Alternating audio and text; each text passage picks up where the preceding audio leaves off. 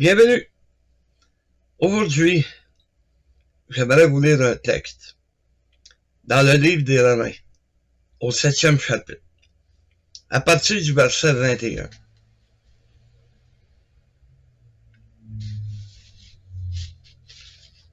Je trouve donc en moi cette loi. Quand je veux faire le bien, le mal est attaché à moi. Quand je prends plaisir à la loi de Dieu selon l'homme intérieur, mais je vois dans mes membres une autre loi, qui lutte contre la loi de mon entendement, et qui me rend captif de la loi du péché, qui est dans mes membres. Misérable que je suis, qui me délivrera du corps de cette mort? Grâce soit rendue à Dieu par Jésus-Christ notre Seigneur. Ainsi donc moi-même je suis par l'entendement esclave de la loi de Dieu, et je suis par la chair esclave de la loi du péché.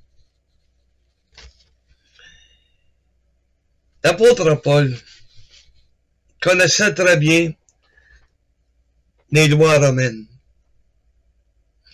Et il y en a une qui voulait que celui qui assassinait une personne, sa condamnation était d'avoir le corps de cette personne attaché à lui. Le corps d'un mort. Étant aussi longtemps que le juge ne lui faisait pas grâce, c'est-à-dire qu'il lui le libérait, lui pardonnant sa faute, il devait vivre avec ce corps sur le dos. Et essayons d'imaginer un corps de mort attaché à notre dos. On serait obligé de vivre avec la puanteur, la senteur. On serait obligé de vivre avec cette odeur nauséabonde, désagréable, parce que le corps d'un mort, qu'on le veuille ou non, dégage une odeur, dégage une puanteur, à cause qu'il pourrit. Parce que le corps pourri, ben il y a aussi l'apparition des petits vers. Parce que les vers viennent gruger le corps. Et en plus, à cause de ça, il était exposé aux maladies. Donc, notre problème à nous, un peu comme l'apôtre Paul, on a un corps de mort. On traîne un corps de mort, c'est-à-dire notre chair. Notre homme intérieur, notre âme, veut plaire à Dieu. Et c'est ce que Paul exprime. Il essaie de nous montrer, regarde, moi je veux plaire à Dieu. Mais il y a cette cossin de loi du péché. La loi du péché qui m'amène à désobéir à Dieu. Et l'apôtre Paul nous exprime, regarde, il dit, je trouve donc en moi cette loi.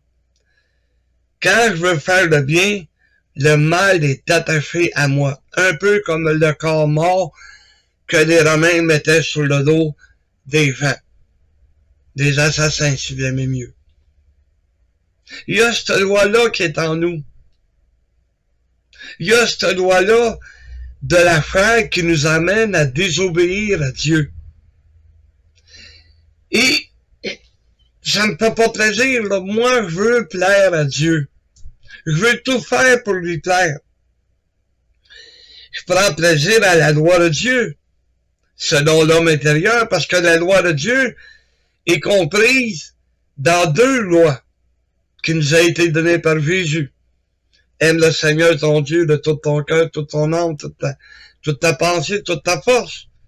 Et le deuxième, aime ton prochain comme toi-même. Et Jésus dit que de ces lois, que la loi dépend de ces deux lois-là. Toute la loi est enfermée dans ces deux lois-là. Parce que si tu respectes ces deux lois-là, ben, automatiquement, les lois de Dieu sont, comment pourrais-vous dire, les lois de Dieu sont respectées. Tiens. Les lois que Dieu avait données à Israël, les lois qu'il avait données à l'homme, sont respectées si on respecte les deux lois qui nous ont été données par Jésus. L'apôtre Paul, il dit que je vois dans mes membres une autre loi qui lutte contre la loi de mon entendement. La loi de mon entendement, c'est la loi de mon raisonnement, raisonner. Prendre le temps de raisonner lorsque le péché se présente à nous. Est-ce bien, est-ce mal?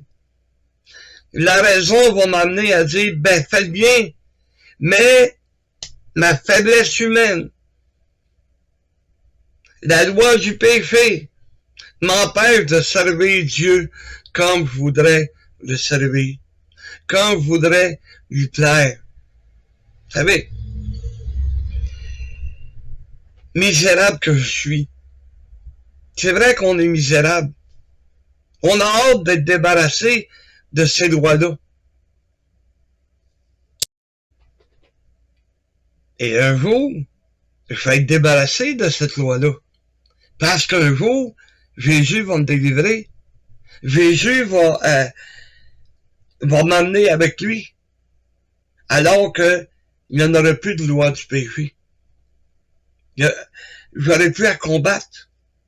Je vais avoir rien que le bien en tête. Je vais avoir rien que le goût de servir Dieu. Parce que Dieu m'a sauvé un jour. Il a placé Jésus sur ma route. Il m'a sauvé, puis il a essayé de mettre ça plus facile. En disant, un jour tu vas être délivré. En attendant, bats-toi. En attendant, laisse-toi pas aller. Continue à combattre contre le péché.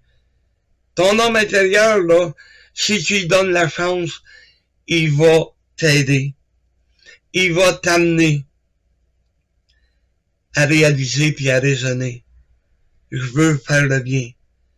Il faut pas que je me fie, ben, qu'est-ce que tu veux, l'apôtre Paul le dit, le mal m'en empêche. Non, c'est de se battre. C'est pas pour rien qu'il crie, misérable que je suis. Je suis misérable. J'ai besoin que le grand juge me libère, une fois pour toutes, qui m'enlève ce corps de mort. Vous savez, c'est comme l'apôtre Paul dans Corinthiens, alors qu'il dit, misérable que je suis, là, ok? Mais il nous explique pourquoi il est si misérable. Parce qu'il nous montre que, parce qu'il dit justement, j'ai prié le Seigneur de m'enlever. 3 fois je l'ai prié parce qu'il y avait une écharpe dans la chair. Vous savez, une écharpe, comment que c'est fatigant? On dirait que ça fait exprès que l'écharpe que tu t'es rentré dans le doigt ou dans le pouce, peu importe, on dirait que tu l'accroches tout le temps. Et tant aussi longtemps que tu ne l'enlèves pas, ben tu vas avoir cette douleur-là qui va te rappeler que tu as une écharpe. Il dit 3 fois j'ai prié le Seigneur, mais il dit ma grâce te suffit. Il trouve pas ça drôle, là. Il se sent misérable. Ma grâce te suffit. Parce qu'il dit c'est dans les faiblesses que je suis fort. C'est dans les faiblesses. C'est là que je suis obligé de me fier à Dieu. C'est là que je suis obligé d'aller vers Dieu et de lui demander son aide. Parce que justement, je suis faible. Mais c'est pas une raison pour me laisser aller. Il y en a trop qui sont rendus de même. Et ils sont rendus qu'au lieu de réfléchir à savoir si c'est bien ou si c'est mal, ben ils foncent dans le tas.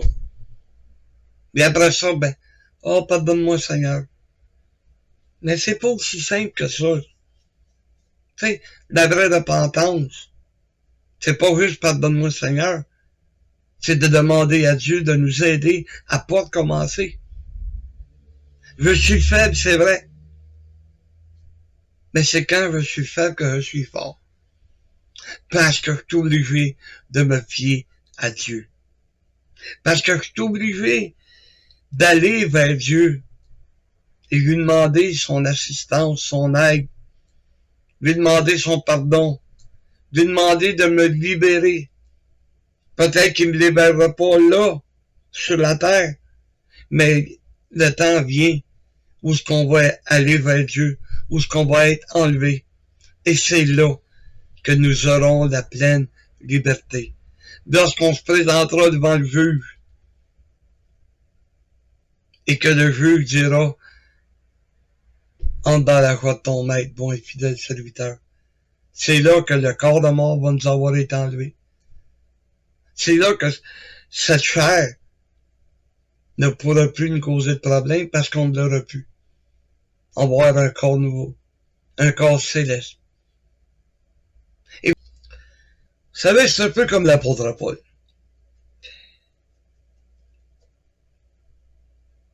Il y avait un problème. Puis un immense problème. Un gros problème.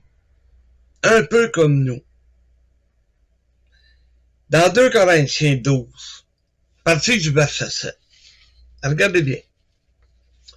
L'apôtre Paul nous dit « Et pour que je ne sois pas enflé d'orgueil, à cause de l'excellence de sa révélation, il m'a été mis une écharpe dans la chair, un ange de Satan pour me souffleter et m'empêcher de m'enorgueillir. » L'apôtre Paul, on le sait,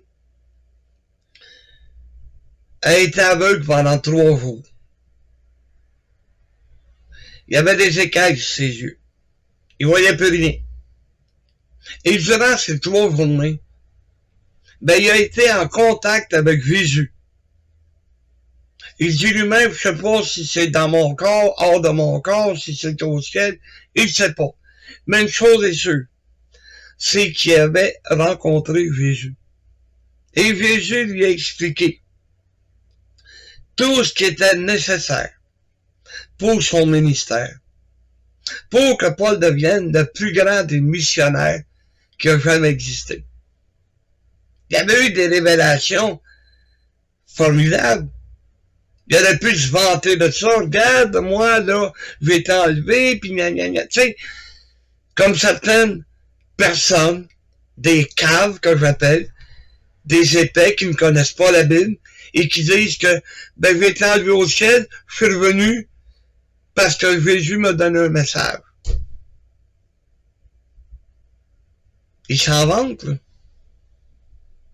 Ils ne seraient pas du message de Jésus pour annoncer la bonne nouvelle. Ils servent de ces révélations pour dire, regarde, moi. C'est pas de même, là.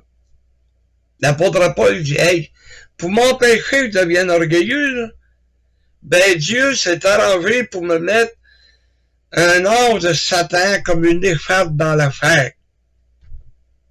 Et vous le savez comment c'est fatigant, une petite écharpe, une petite éclisse de bois, tout petit, tout petit. Tant que tu l'as pas enlevé, mais à chaque fois que tu prends quelque chose ou whatever, aïe, tu sens la douleur. Tant aussi longtemps qu'elle n'est pas enlevée.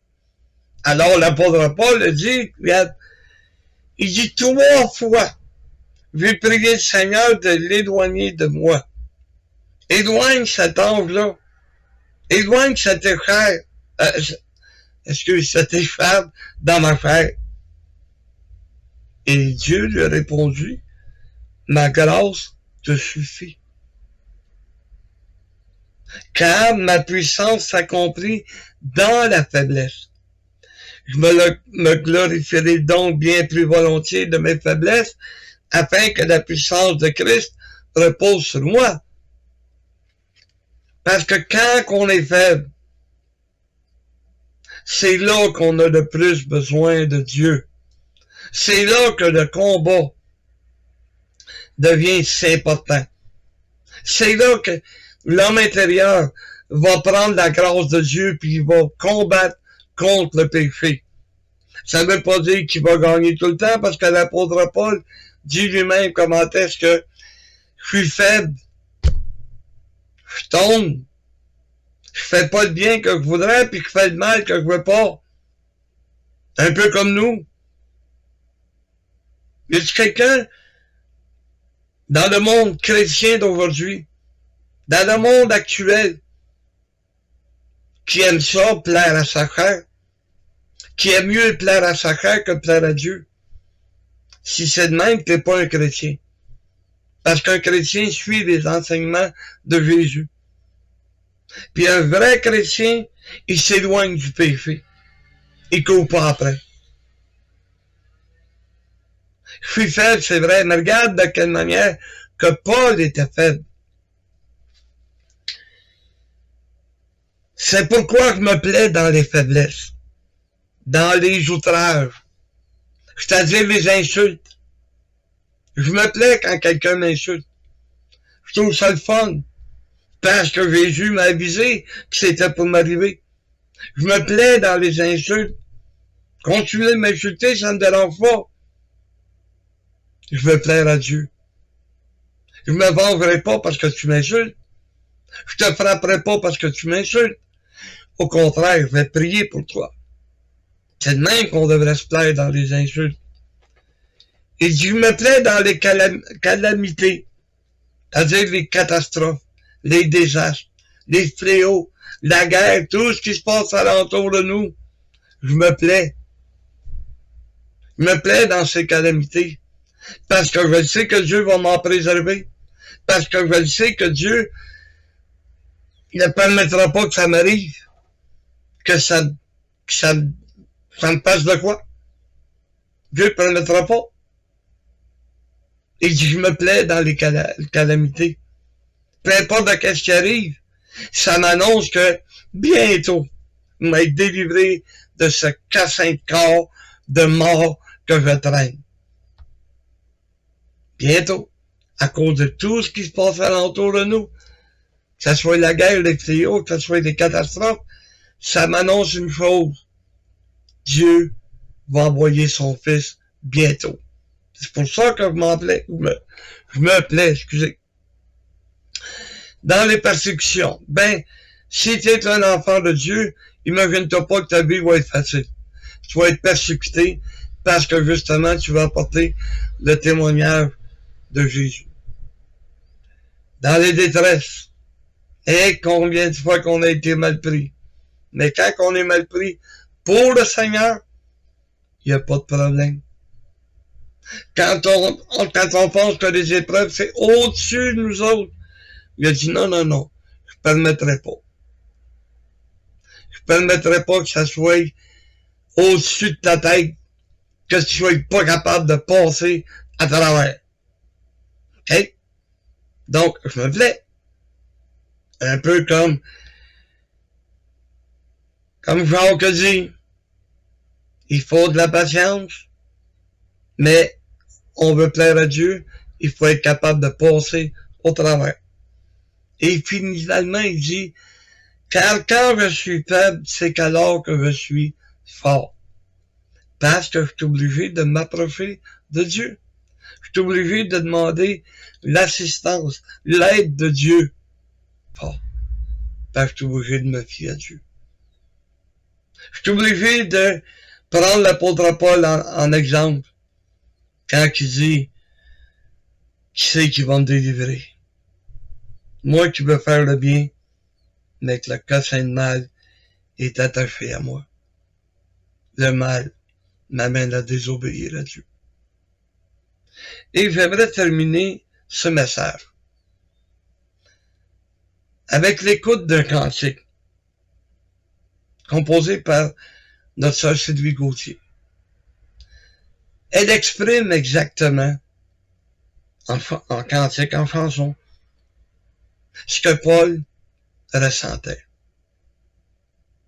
Et écoutez bien, vous allez voir que c'est un cantique qui est formidable. Sur ce, je vous dis que Dieu vous bénisse et à la prochaine.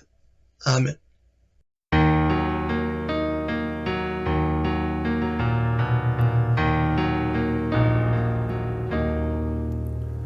Une autre journée est terminée. Encore une fois, dans le péché, je suis tombé. Je suis si peiné du mal qui est en moi. Je voudrais tant être comme toi, mon roi. Je voudrais tant te plaire,